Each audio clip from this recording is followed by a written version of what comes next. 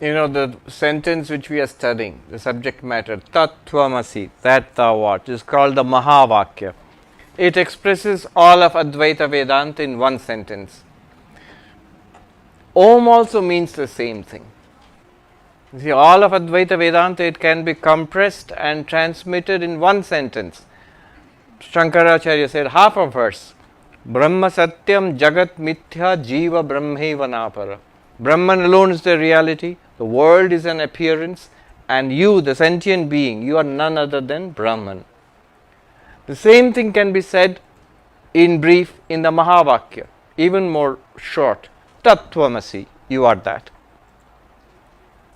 Aham Brahmasmi, I am Brahman. Prajnanam Brahma, consciousness is Brahman. I am Atma Brahma, this very self is the ultimate reality Brahman. Or it can be made even shorter. Om. How is Om all of Vedanta? You have to read Mandukya Upanishad for that. In 12 mantras, all of what we are studying is compressed into Om. Of course, you can be made even shorter, that's silence. And I'm not joking, actually this whole teaching can be transmitted in silence, but that requires that kind of a guru and that kind of a student. If I sit quietly here, don't worry, I won't sit quietly. If I sit quietly here, I am transmitting in silence.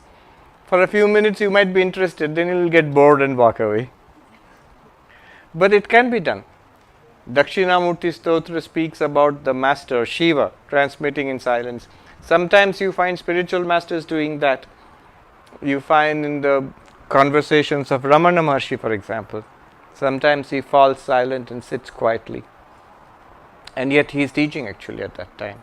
Perhaps most effectively. Anyway, I'm not going to stay silent. We are going to go to the 27th verse. Dehindriya manah prana, Dehindriya manah prana, Aham kritibhyo vilakshanaha, Aham kritibhyo vilakshanaha, Prodhita shesha shadbhava, Prodhita shesha shadbhava, Vikarastvam padabhidhaha, Avikarastvam padabhidhaha, Avikarastvam, without any change. What is meant by the word thou is quite distinct from the body, the senses, the mind, the vital force and the ego, and is absolutely free from the 6 changes to which all non-conscious things are subject. So it just sums up whatever we have done. You. What is meant by you? Me, this person? No. What we did yesterday and this morning is, you are not the body, deha. You are not the sensory system, indriya. You are not the mind, the mana. You are not prana also, life forces. You are not the ego, ahankara. You are different from this. You are consciousness. Especially the distinction between ego and myself. The real self is not the ego. That's why Shankaracharya can sing, Mano buddhahankara chittani naham. I am not mind. Okay, check. I am not chitta, memory. Alright, check. I am not buddhi, intellect. Alright, check. But when he says, ahankara na aham, I am not, literally if you translate it, it becomes I am not I. What it means here is that sense of I, the ego which we have, that's also a function of the mind. I am not that. And it's very easy to see that there is a time when the ego goes away. But have you gone away? For example, in deep sleep, there's no thinking, no sensing, no dreaming, and there's no sense of ego also. If you have a sense of ego, I am sleeping, then you're not sleeping. So it's all gone. Have you gone away? It's worth questioning. More simple and direct example would be when you are deeply concentrated. A surgeon is performing a surgery. You are playing an intense match of tennis or any kind of deep concentration. At that time, there is no sense of I for a short while. If there was, you wouldn't be able to perform so well. But have you gone away? Have you disappeared because the sense of I is not there? You are still there, and the sense of I is not there. So you are not the ego, literally. Aham kritibhyo vilakshana, other than the ego. Projjita shesha shadbhava dosha. So, divide, you the consciousness are not subject to sixfold changes. What are the sixfold changes? Asti, coming into existence. So, in the mother's womb we come into existence. Jayate, we are born. Vardhate, we grow from babyhood to childhood to old age to youth. You can hear me, right? So, and then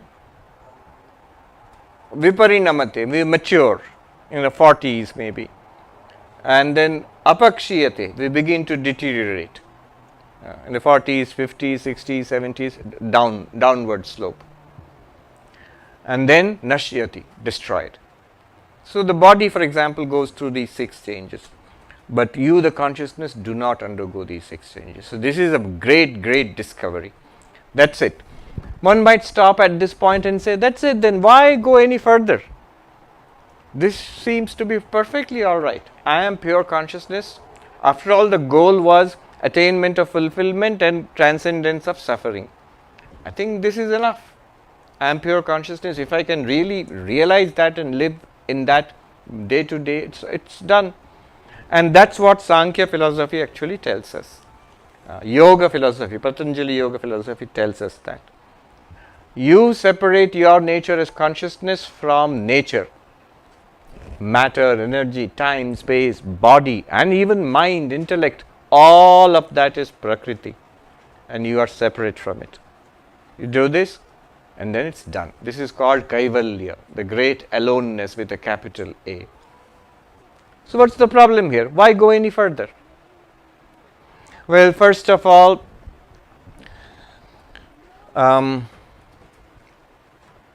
this is a philosophy of alienation. I have separated myself from anything and everything in this world. I have objectified the entire world and I am separate from all of it. I am the pure subject. It is not a philosophy of oneness. It's a philosophy of separation and alienation. That's one objection. Second is that Dvitiyad vai bhayam bhavati, when from the second comes fear, from the other comes fear, all trouble comes from the other. I think it was Sarth who said hell is other people. So all trouble comes from the existence of the other. And look, I am pure consciousness. I illumine the universe by all objects. But then apart from me, there are objects in that case. There is the world, and there are living beings and non-living beings. There is the body, there is the mind. All of these are appearing to me, and I am not in charge of any of them. I am sort of helpless there. They are forced upon me, as it were. So from the second is the source of trouble. And here, what we have not really, we have not gone to non-dualism. Non-dualism is no secondism. We have separated the universe from consciousness, body mind from consciousness. So that's not a solution. Second, so there is the other exists. The second exists. It's dualism. Sankhya is dualistic. Yoga, Patanjali Yoga is dualistic. Then the third objection to this philosophy, to this stage, if you stop here, what will be the objection? Remember what we are trying to understand. We are trying to understand the teaching of the Upanishad Tat Tvamasi. We have only understood half of it. So you can't stop here. You have to go forward. And when we go forward, we will discover non-duality. What we had separated initially from us. Everything apart from us, I am separate from everything else. But no, now we will see all that we had separated. All of that is not apart from us. We are one with it. It does not constitute a second reality apart from you, the consciousness. Therefore, non-duality of that consciousness. And we will understand the teaching, Tat Tvamasi. So now we have to go ahead. 28. Tvamarthamevam nishchitya Tvamarthamevam nishchitya Tadartham chintayet punaha Tadartham chintayet punaha Atad vyavritti rupena Atad vyavritti rupena Sakshad vidhi mukhena cha Sakshad vidhi mukhena cha. When the meaning of the word thou is thus ascertained, one should think over what is meant by the word that, by negating what is other than Brahman, and also by according to the direct positive method. All right. In this way, the meaning of the word thou, tvam, you, has been ascertained. Done. Now what remains? That. You are that. What is the meaning of that? He says, tad artham chintayet punaha. Next, now we must apply ourselves. We must inquire into the meaning of the word that. What is that I am supposed to be? And the meaning, inquiry into that can be done in two ways. One is, you can do it by the negative way. There is a term called via negativa, that is by denying. Because we have been told you cannot express it in language. If you cannot express it in language, we are in trouble because we have got only language. How will I express it? So if you cannot express it in language, you cannot say what it is. You can at least say what it is not. What it is not, you can say negative. Not this, neti, neti, not this, not that. It is not the world I am talking about, not the body, not the mind, neti, neti, not this, not the intellect, not the Anandamaya Kosha. So it's nothing, neti, not even that.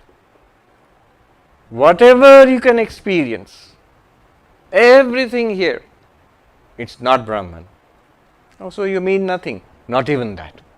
Neti, neti. So that's one way of doing it, negative. Then I remember once, I told this story earlier also. I had gone to an interfaith conference in India. There is a place called Nanded, which is very important for Sikhism, where Guru Gobind Singh, he was the last of the Sikh gurus. He said there will be no more gurus. Now the Guru Granth Sahib is your guru now. So it's called Gutta Gaddi, and they were celebrating 300 years of that event. So and they had organized a multi-faith. The Sikhs had organized a multi-faith conference. So I went there to represent Hinduism. There was in fact a professor from Montreal, McGill University. She was a professor of Buddhism, very interesting lady. She was Jewish, a scholar of religion, practitioner of Buddhism, and of kickboxing. Kickboxing, huh? You can't argue with anyway. So there was somebody from Canada there, and a number of Sikhs from Canada too. Now there were some lamas sent by the Dalai Lama to represent Buddhism, Tibetan Buddhism. And I used to have breakfast with them, with the lamas. There was a group of lamas. None of them spoke English, so only one of them spoke a little bit of Hindi and English, so he was translating for me. So when we sat for breakfast, one of the lamas said, I said to that professor of philosophy, the lady from Canada, I said to her, watch this discussion, because you're going to see ancient enemies going at each other. We have debated the existence of self, no self, God, no God for 1,000 years. And so the Tibetan lamas, they asked me the question, please explain your Brahman to us. Now whatever I said, Sat, Chit, Ananda, existence, consciousness, bliss, they went, no, no, no. Emptiness. No. Satyam, Jnanam, Anantam, Brahma. Brahman is pure existence, pure consciousness, infinite existence, consciousness is Brahman. No, no, no. And they have reasons. If I put it forward, they will cut it down. So then I realized it's not working. I have to try the other way around. I said, Neti Neti Atma, Esha Neti Neti Atma. Atman or Brahman is not this, not that. And they went into a huddle, like the football players, before the game, they go into huddle. They talked quickly among each other in Tibetan, and then looked around. They all had bright smiles. And the interpreter said to me, our teacher says, you can be a good Buddhist, come over to our side.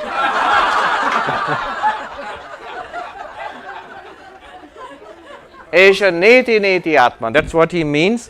Vakyavritti rupena. By removing what it is not. You can point out Brahman by not saying what is Brahman, by saying it's not this, it's not this, it's not this, like that. Neti neti. Now, that is actually the Buddhistic approach. Then, or you can say it sakshat vidhimukhena. You can express it positively also. The Upanishads also do that. They express it positively by saying Sat Chid Ananda, by saying Satyam, Satchidananda, existence, consciousness, bliss is Brahman, by saying Satyam Jnanam Anantam Brahma, existence, consciousness, infinity. Infinite existence, consciousness is Brahman. Anandam Brahma iti vyajanat, know Brahman to be bliss itself. So these are all positive expressions, and inquire into Brahman in both of these ways. First, the negative way, and then the positive way. So what are we doing? We are inquiring into the meaning of the word tat, that. Nirasta shesha samsara, nirasta shesha samsara, doshosthuladi lakshanaha, doshosthuladi lakshanaha, adrishyattvadi gunakaha, adrishyattvadi gunakaha, parakritatamo malaha, parakritatamo malaha, nirastatishayanandaha, nirastatishayanandaha, satya pragyana vigraha, satya pragyana vigraha, satta swalakshana purna, satta swalakshana purna, paramatmeti giyate, paramatmeti giyate. The all-pervading being, absolutely free from all the impurities of transmigratory existence, defined in the Upanishads as not gross, etc., having the qualities of not being seen and so on, ever free from the taint of darkness, having no greater bliss than itself, the embodiment of existence knowledge, and having existence for its peculiar definition, is well known in the Vedantas to be the universal self. Paramatma, Brahman, the ultimate reality, Tat, that. What is it? Nirasta shesha samsara dosha. Beyond all the suffering, the miseries, the imperfections of samsara. Negative, not this. What we see in samsara, not this. Asthuladi lakshana, not gross, not subtle, not causal, not bright, not dark, not long, not short. It's in Brihadaranyaka Upanishad. Negative, not this, not this. Adrishyatwadi gunaka. The characteristics are indicated by not subject to sense organs, not subject to the motor organs. I just chanted that portion. It's from the Mandukya Upanishad. This morning I chanted that portion. Adrishyam agrahyam alakshanam achintyam abhyapadeshyam. Adrishyam, that means it's literally means invisible, but it's not an object. You can't, not something that you can see, not something that you can hear or smell or taste or touch, not something that you can grasp or walk to. It's not an object of the motor organs. So agrahyam. Avyavaharyam, it cannot be put in use anywhere. Like by Brahman I will do this. Somebody asked me that if I am pure consciousness Brahman, why can't I use this Brahman to control all the other negative things in this world? Well, Brahman is permitting all those negative things to happen. It's like saying gold. I have an image of a god made of gold, and I have an image of a demon made by gold. If gold is perfect, is the ultimate reality, why can't it control the demon? Because the demon exists because of the gold. So all good and bad, whatever we think, the ultimate reality is beyond all that.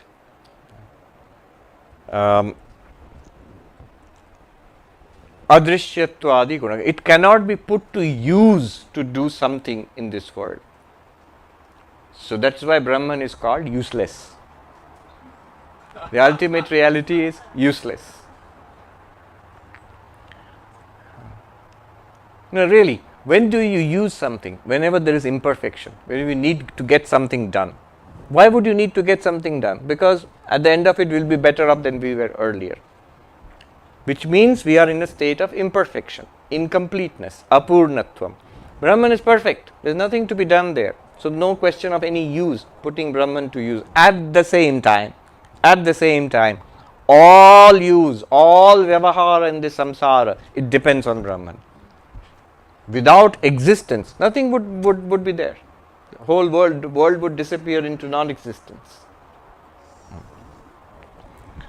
Parakrita tamo malaha, forever beyond darkness. Swami Vivekananda loved this. What is the nature of the highest reality? He would chant, Shrinvantu Vishwe Amritasya Putraha Aye Dhamani Divyani Tastu Vedaham Purusham Mahantam Aditya Varnam Tamasah Parastat Tameva Viditva Ati Mrityumeti Nanyah Pantha Vidyate Ayanaya. What does it mean? Glorious. From the Vedas, it says, listen, ye children of immortal bliss, even those that dwell on high in the heavens. I am going to tell you something that none of you know. What is that? I have realized that infinite being. What is that infinite being? Of the nature of limitless radiance. Aditya Varnam. Forever beyond darkness. Here, Parakrita Tamo Malaha, Tamasah Parastat. That means forever beyond darkness. Beyond darkness, on the other shore of darkness. Beyond darkness means beyond the darkness of death, beyond the darkness of limitation, of injury and sorrow and suffering, of ignorance, beyond of sin. Beyond all that, there is this limitless perfection. I have known that. So what happens? When you know that, tameva viditva, one goes beyond death, beyond suffering. Isn't there any other way? Aren't there many worldly ways of going beyond death and suffering? No, there is no other way. Every worldly solution that you try will be limited. You cannot surpass change and suffering and death in this world. Then Nirastatishayananda. All this is negative. Can we say something positive about it? It is that bliss which cannot be exceeded. Here also negative language is being said, that nothing that is beyond this. No bliss that is beyond this. Satya Pragyana Vigraha. The only thing that can be said is limitless existence, limitless awareness. Satya, being. Pragyana, consciousness. And the only thing that we can say about it is it is. It's not non-existent. It is. I knew this Swami from whom I learnt Vedanta. So he had seen Gyan Maharaj, who was a disciple of Swami Vivekananda, who lived in Belur Math, long before our time. And this Gyan Maharaj, he was blind in his old age. But he was apparently a wonderful character, because those who have seen him, they all mention him. He is a disciple of Vivekananda. And this Swami who told me about Gyan Maharaj, says often Gyan Maharaj would say to, you'd have to identify yourself when you go near him, I am so and so.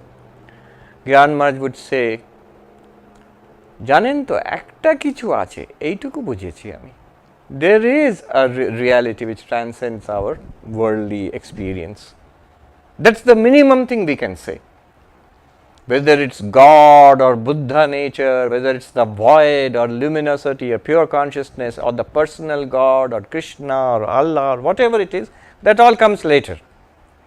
But something is there which is transcending this world, which is worthwhile for attaining that, which solves all our problems, is the goal of all spiritual paths. The minimum thing we can say about is, it exists. There is such a thing. So, Sattva Swalakshana.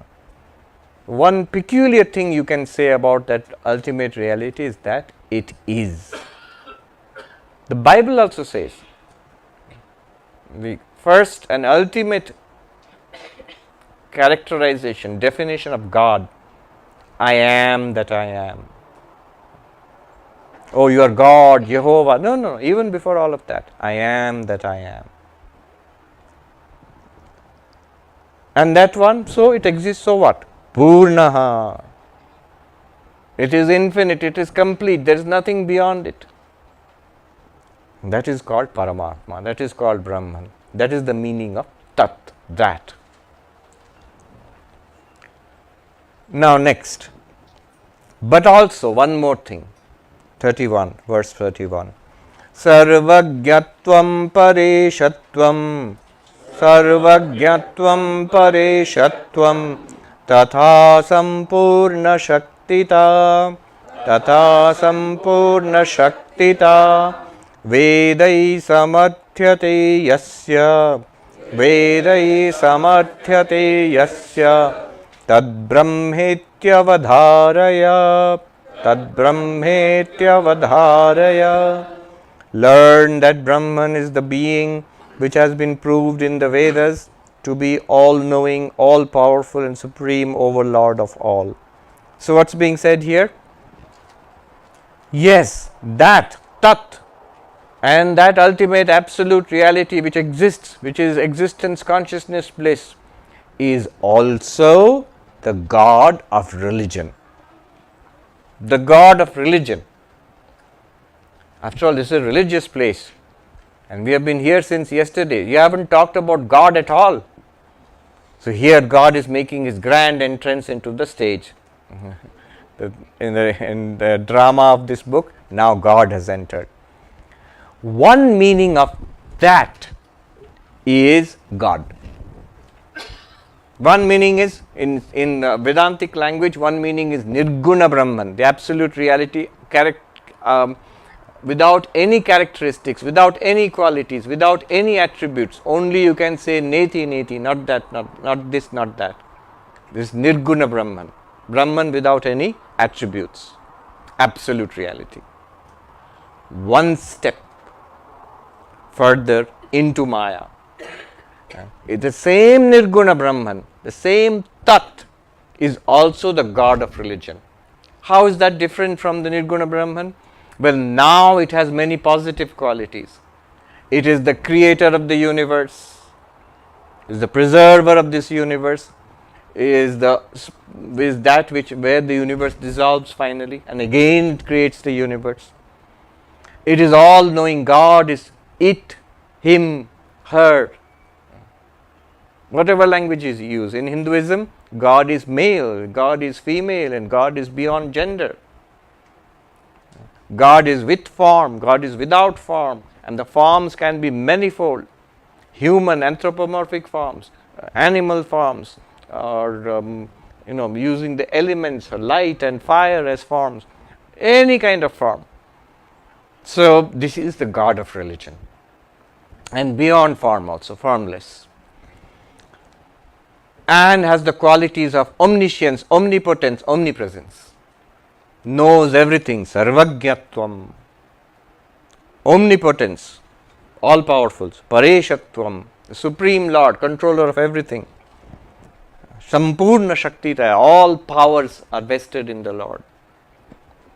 The Lord is the Lord of Maya, Mayadhisha. When the Lord is Lord of Maya, God. And under the domain of Maya, Mayadhina, Jiva.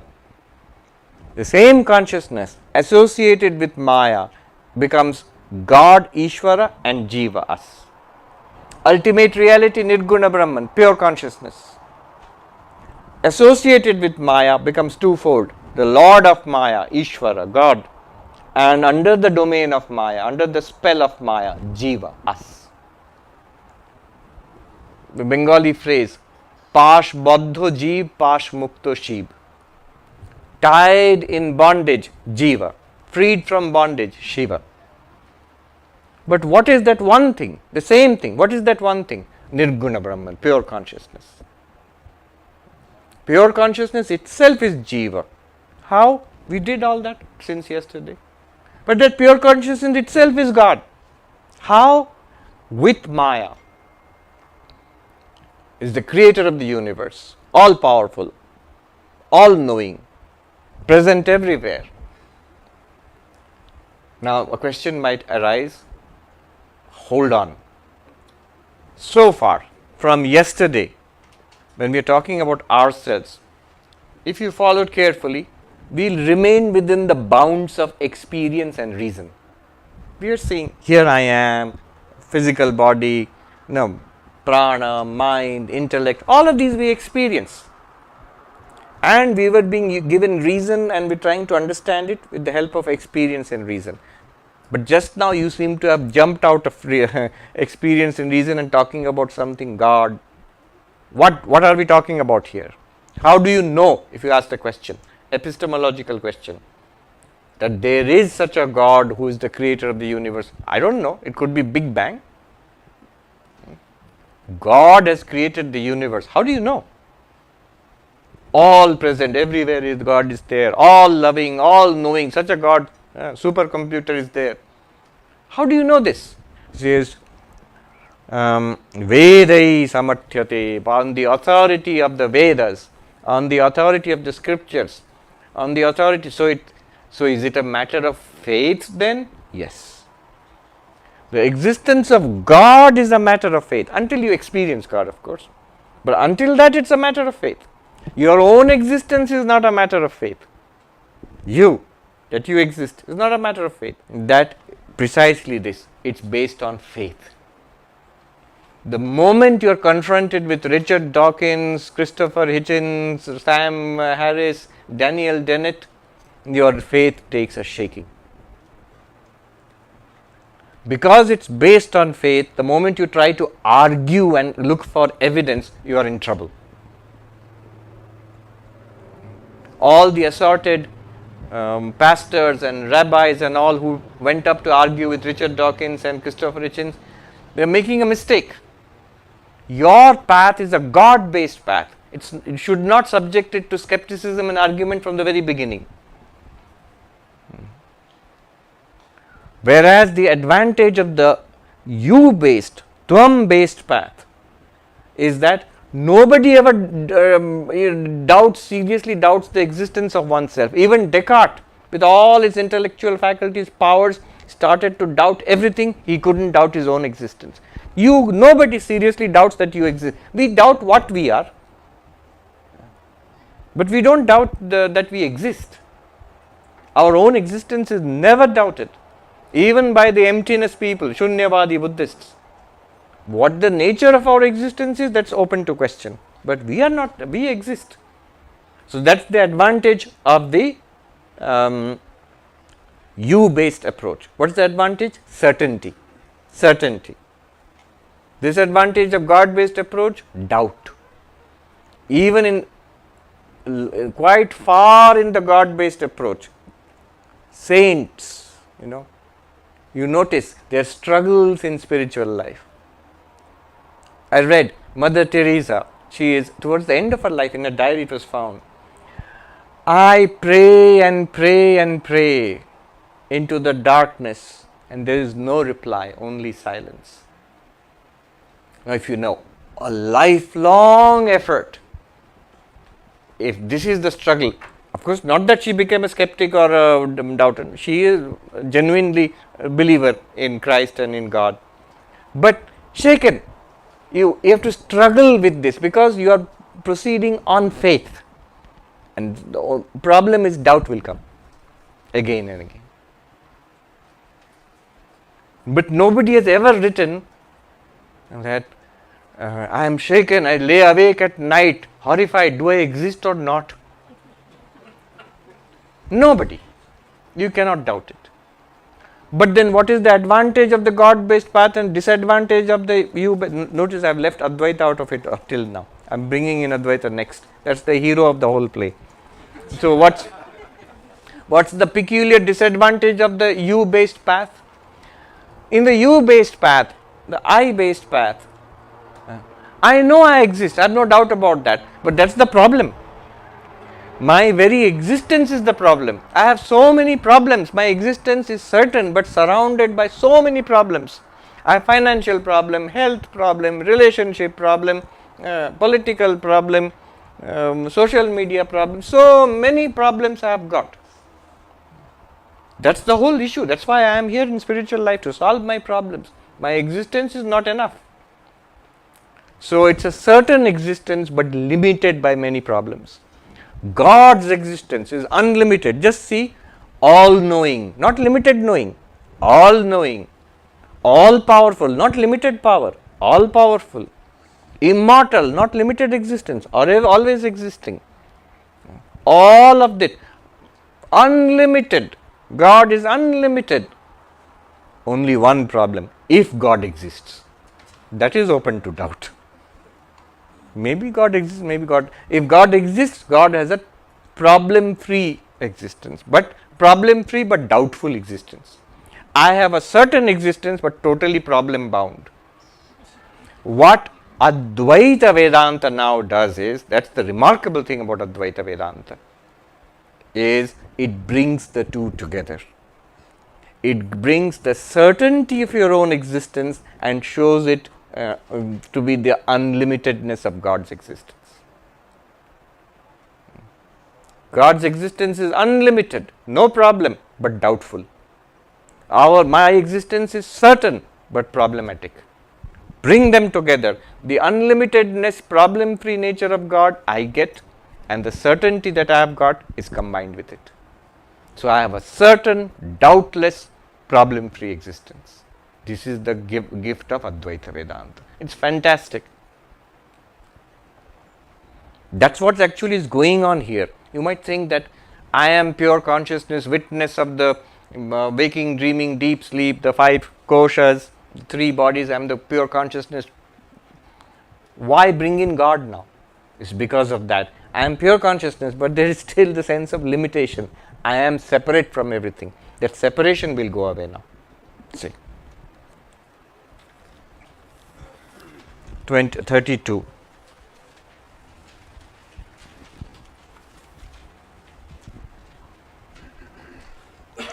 Yadgyanat sarva vijnanam, Yadgyanat sarva vijnanam, Shrutishu pratipaditam,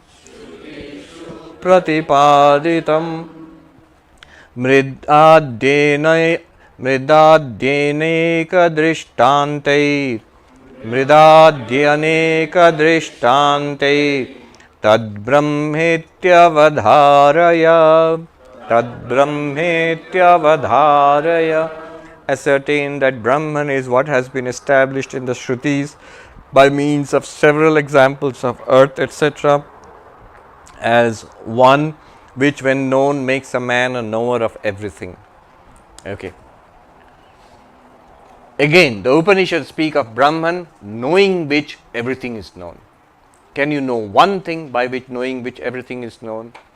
In the Chandogya Upanishad, in the Mundaka Upanishad, the student Shaunaka goes to the teacher Angiras and asks him, "Sir, can you teach me that by knowing which I know everything?"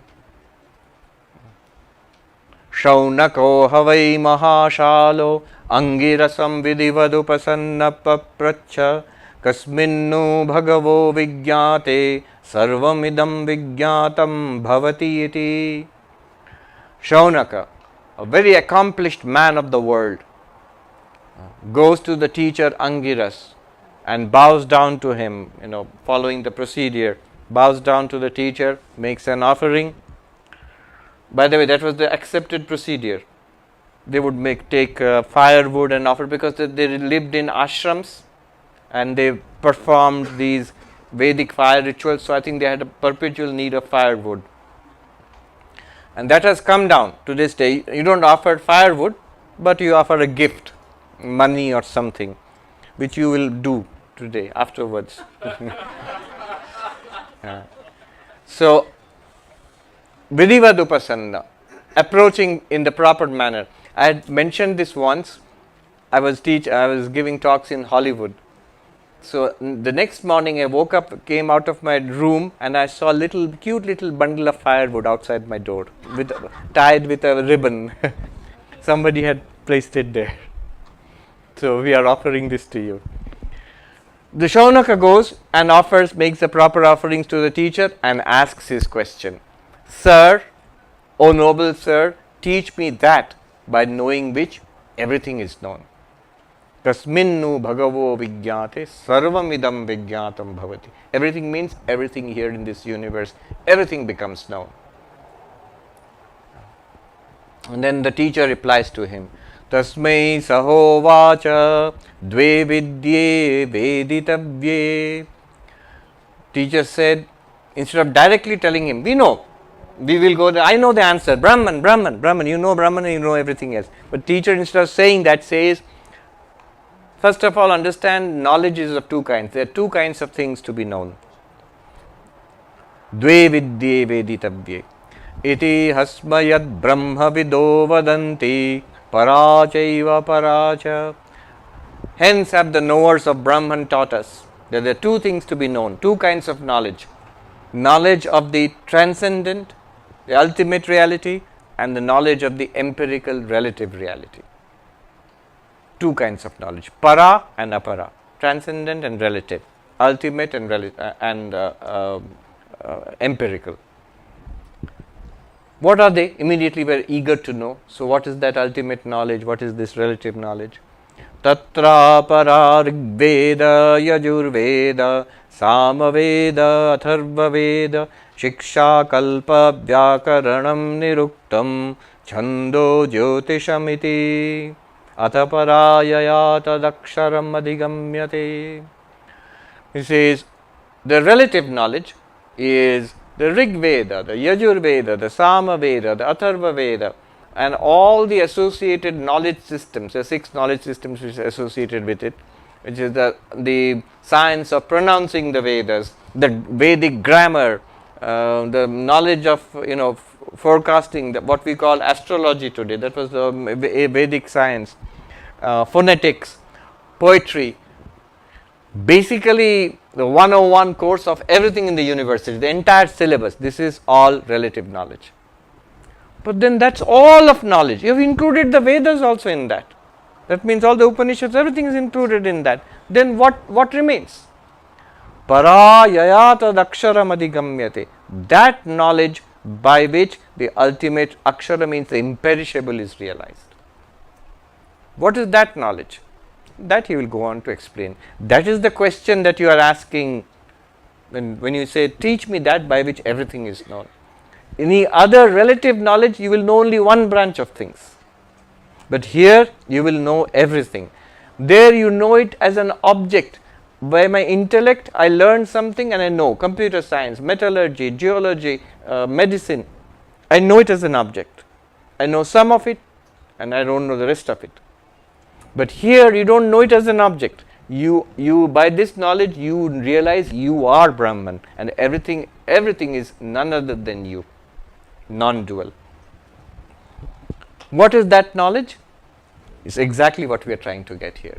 The words Tattvamasi are from the Vedas, which is part of the relative knowledge. But the realization which will come to us, that is the higher knowledge, Paravidya, which will set us free. Know the truth, and the truth shall set you free. So that's the higher knowledge.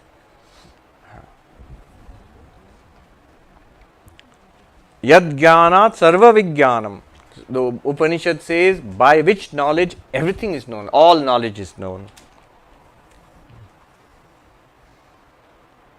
I remember this monk, Swami Mokshadananda. He has passed away, so I can tell you his name. He was, among the few, I would say, whom I met who were enlightened. I would say he was one, I'm sure, and that's my judgment. Vastly learned, very saintly, wonderful Swami. Now, one day, a monk told me that, I had gone to him, to Mokshadanandaji, and he was saying to me, in the cupboard, he was talking about knowing Brahman, realizing Brahman. The cupboard behind you, in that, what are the things there? I do not know. But what it really is, that I know. And the monk asked me, what did he mean by that? I don't know the contents of the cupboard. But in reality, whatever is there, what it is actually, I know. I said, Swami, he is speaking to you in the language of the Upanishads. Knowing that by which I know everything, that's an indirect way of saying that he is enlightened. He is a Brahmagyani. I don't know if I have ever said this publicly. I was a youngster, so I went to this Swami. When I visited Belur Math for the first time from the ashram where I had become a monk, so they told me, you should go and meet some monks. These are the monks you should meet. So those who are living, I'm not taking their names. But you will get inspired. They are highly advanced spiritually. And one of the names was this Swami. Since he has passed away, I can take this name. Mokshadanandaji. Go and meet him also. So I went to meet him. There is a place where all the old Swamis stay. I asked, can I meet? I was absolutely newcomer, like in white dress and a novice. Can I meet Swami Mokshadananda? He said, oh, he's there. There, you see those group. There's a group of old monks standing in a veranda. So I went and I bowed down to the one I thought was mistakenly, I thought was Mokshadananda. I bowed down to him. And I said, but he didn't pay me much attention. He just nodded and so I was a little disappointed. There was this other monk standing next to me with short, fair, and he had this, imagine Einstein, the frizzly hair like that, and twinkling eyes. He looked at me and he started talking with me. I bowed down to him, but I wasn't paying much attention. I was just disappointed that Swami Mokshadananda had not paid attention to me. His name was Ram Maharaj. Swami Mokshadanandaji's name was, everybody called him Ram Maharaj. If you ask any monk in the order, they will know who he is. But outside the order, people don't know him. It was sort of this hidden gem. So I thought Ram Maharaj didn't talk to me. And this monk was talking to me. I said, I am a brahmachari. I have come from the Deoghar ashram. I am a newcomer. And I just joined the order. Oh, I see, Deoghar. Those Swamis are there. Please convey my respects to them when you go back to your ashram. So I had to pay attention to him now. I said, whom shall I say this comes from? I shall pass on your message, but like, what's your name? And he said, say it's Ram Maharaj. So, oh, you are Ram Maharaj. Same twinkling eyes, a little smile, mischievous little smile. He had said, no. I was taken aback again. He said, my name is Ram Maharaj. I am not Ram Maharaj. And then I was so fascinated by him. He took me to his room. He was ill by the time I met him. He was retired from active life. He used to take oxygen. He needed oxygen 8 to 12 hours in a day. I never saw him without a smile. I never heard him complain. I never saw him without the twinkle in his eye till the end of his days. So that was something amazing. Here is a little thing which I have not shared with anybody, but this is pertinent here. Knowing which everything is known. So one day I was talking to him. After that I started going to him regularly whenever I had a question of Vedanta. And later, without any question also, I realized you don't have to have a question. You just have to go and bask in that sunlit presence. So that I still remember so vividly that little room. He's sitting there, the same twinkle in the eyes. I'm asking him profound questions of Vedanta. I was a newcomer, full of theories and everything. And then he said, I said to him, I always have this feeling that there's this slightest of veils. If I can pierce through that veil, and the reality is right here. That's what these texts are telling us. It's right here. But there's this veil which I can't break through. And then he said, why a veil? This is it. Here, this is it. He was pointing to the window. I looked out of the window, there was this tree, just like this. I said, what? This tree? This is Brahman. This is the ultimate reality. This tree, here. He said, not quite. And then he said, Thak pore habe. Let it be. It will happen in its own time. More I studied Vedanta, I begin to realize what he meant. He was trying to point out a reality which was evident to him, which I couldn't see. The difference is not with these eyes. With these eyes you can't see. It's ignorance and knowledge. It's realizing and not realizing. He saw. I couldn't.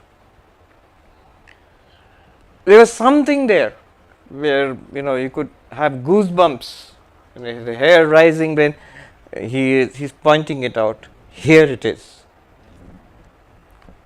Unfortunately, I was not ready for that. Knowing which every experience, whatever we are experiencing, it tells you about Brahman. Keno Upanishad says, Pratibodha viditam matam amritatvam hivindate. In every experience, when you realize Brahman, you attain immortality. Which experience? In the experience of seeing, hearing, smelling, tasting. Seeing what? Here, this tree, here.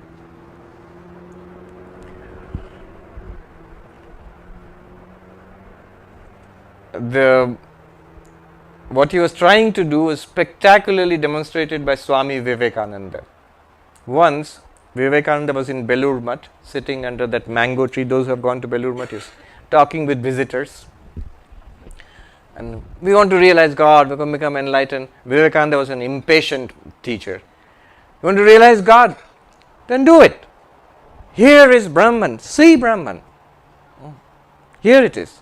See. The moment he said it, it's recorded. A great hush descended on the courtyard. And everybody sitting there, they were stunned into a quietness and inwardness. Depending upon the level of the person who was sitting there, all of them were powerfully affected, but some much more than others. And none more than a passerby, not somebody who was part of the conversation. Baburam Maharaj, Swami Premananda, had finished, he was coming down from the stairs in the temple. He had finished the puja with the tray of offerings, flowers and incense and sandalwood, sandal paste. He would go to do the worship in the Ganga after the puja in the temple, the old temple upstairs. So he was coming down with the puja tray. He just heard that much of the conversation. Here is Brahman. See, here, now. And we say, Baburam Maharaj with the tray in his hand is walking, one foot in front of the other. He stopped. Just became like a picture. Frozen completely. Immediately into samadhi. Lost complete experience of the outer world, plunged into samadhi. And just this much. But this is a transmission of power from Vivekananda. And Baburam Maharaj is most ready. He is already enlightened. After some time, Vivekananda quietly said, Baburam Dai Bajjao, please go now. He started walking. That step he had put in front, it completed it, and then he walked out away. So, knowing which everything here becomes known. That is the knowledge. And this is the Upanishads say that. And by many examples, knowing, how can you, by knowing one, you can know everything? Examples. By knowing clay, you know all the pots made of clay. What do you know? You know that it is clay.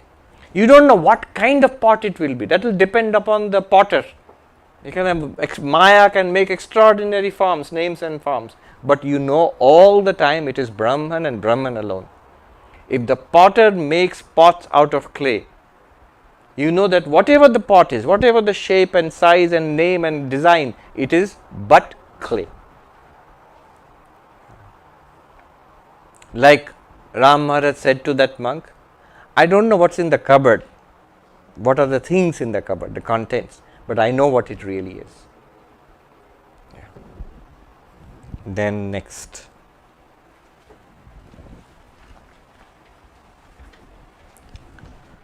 Yadanantyam pratighyaya shrutis Shruti tat siddhaye jago Shrutis tat siddhaye jago Tatkaryatvam prapanchasya Tad brahmetyavadharaya Know that being to be Brahman which the Shruti proposes to prove as limitless and calls the universe its modification in order to support that proposition. Okay, important point here. Why is it so important for Brahman to be limitless, and how can it be limitless? What is our problem? I exist certainly, but I am limited. Now I want to import Brahman's limitlessness and make it my own. So Brahman is limitless. How? How? If Brahman is the cause of this universe, see the deep philosophical meaning of God is the creator of all beings. Every religion says that. Every God-based religion says God is the creator. If God is the creator, the cause of this entire universe, in Vedanta, God is the material cause of this universe. That means God is the reality out of which this universe is projected, created, whatever you call it. But whatever reality is made into the universe, when the universe is there, it must be that reality alone. When you make pots out of clay, what is there in those pots? Clay. When you make ornaments, necklaces, bracelets, rings out of gold, what's there in those ornaments? Gold. When there are thousands of waves in the Atlantic Ocean, what's there in those waves? Water. If God is appearing as this universe, God is the cause of this universe, material cause, technically called upadana karana. In that case, whatever is there in this universe, whatever we see, hear, smell, taste, touch, whatever we think about, remember, desire, hate, all of it materially must be God. Existence, consciousness, bliss. If, now this is point number one. Point number two, if all of it is God materially, then nothing here is separate from God. Nothing here is other than God. I am not saying it is God, it's nothing is other than God. So nothing constitutes a limit to God. Limit means here God ends, here not God starts. then it's limited. God becomes limited. God comes to a sudden halt here. Think of the ocean water and the waves. The waves are not a limit to the ocean water. If thousands, this calm ocean, so unlimited water, not suddenly broken up into thousands of choppy waves, bubbles and foam and surf. Is water limited now? Is water going on and now it's a wave and water comes to a stop? No, the wave is also water. The bubble is also water. The foam and the surf are also water. Water in the ocean remains unlimited, even if there are thousands of waves moving differently and looking different. Even if it freezes into an iceberg, is the iceberg a limitation for the water? It seems like that. Here is the iceberg and water comes to an end here, ice starts here. No. It's same water. So the ocean, the waves and the surf and the icebergs, though they all look different, they behave differently, we have different names for them, they do not constitute a limit to the ocean water. Because the ocean water pervades all of them, indeed is all of them. This world, God has created the world. So is the world a limit to God? This is the world and God is there. God is in heaven and this is the world. Is it like that? No. No plant, animal, man, woman, good, bad, sky, earth, quasar or quark is a limit to God, because this Brahman is alone all of these. So by showing that Brahman is the material cause of the universe, you have proved the limitlessness of Brahman, which will be useful. Keep that in hand, because we are going to make it our limitlessness. All right. Then next.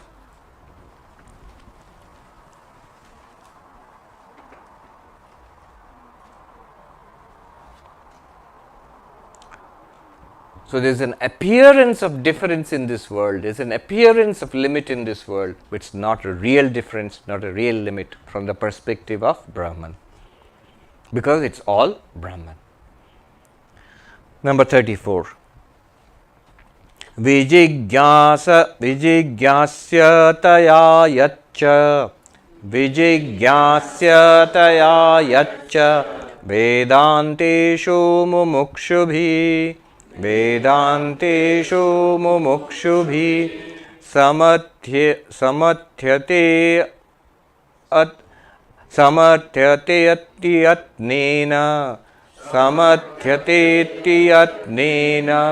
tadbrahmetyavadharaya. Come to the conclusion that Brahman is the one which has been very carefully established in the Upanishads as the object of search on the part of those who are desirous of liberation. So this Brahman, which is the underlying cause of the universe, pervading everywhere as the underlying material cause, Upanishads keep telling us, inquire, find that out. Tat vijigyasasva, inquire after that. Try to find that one reality, that knowing which everything is known. It turns out to be you yourself, the real you, of course, later on. Then we just read 35.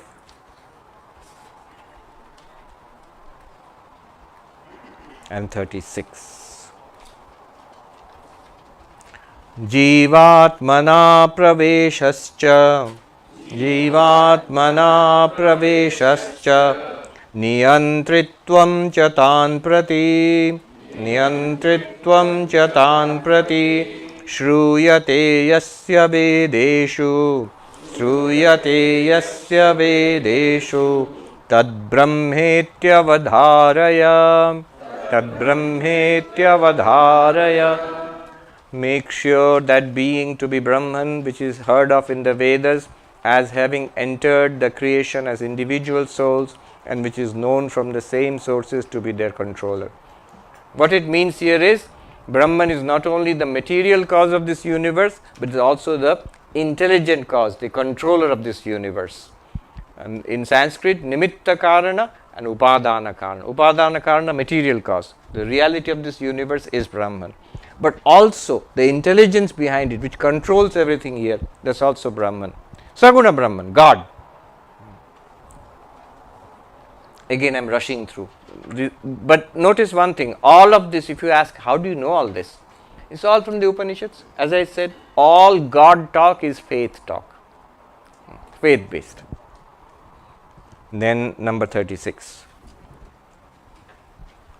Karmanam phaladhatritvam, karmanam phaladhatritvam, yasyaiva shruyate shrutau, yasyaiva shruyate shrutau, jivanam hetukartritvam, jivanam hetukartritvam, tad brahmetyavadharaya, tad brahmetyavadharaya.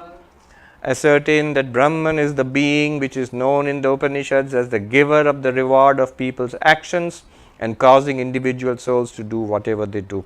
So, one more thing has to be added here, karma, which is very important in Hinduism, Buddhism, Jainism, Sikhism. Karma, whole of karma is controlled by God. So, cause and effect controlled by God. So, I do something good.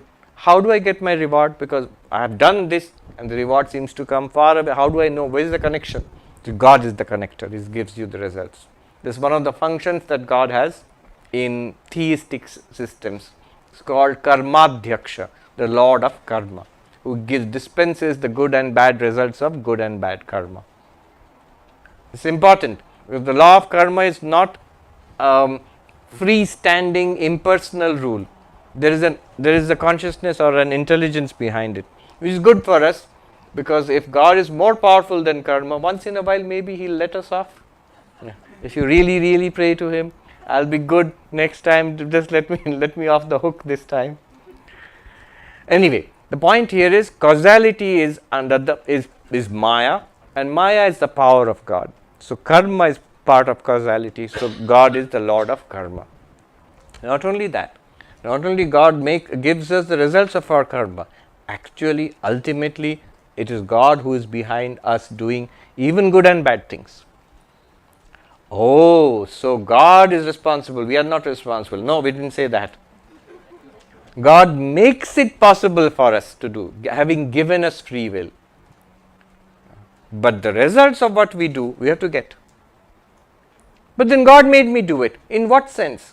He gave you all the powers and opportunities of doing, all the knowledge of good and bad, all the capacities, all the tendencies, and then you do something. Sri Ramakrishna put it this way. So, in the next 2 sessions, we will put it all together and see how you and God are one reality. In what sense? In what sense you are not one reality? And how this knowledge of identity, Jiva Brahma Aikyam, identity of Jiva and Brahman, will set us free from samsara. So the whole thing comes together in the afternoon sessions. Om Shanti Shanti Shanti Harihi Om Tat Sat. Sri Ramakrishna Parnamastu.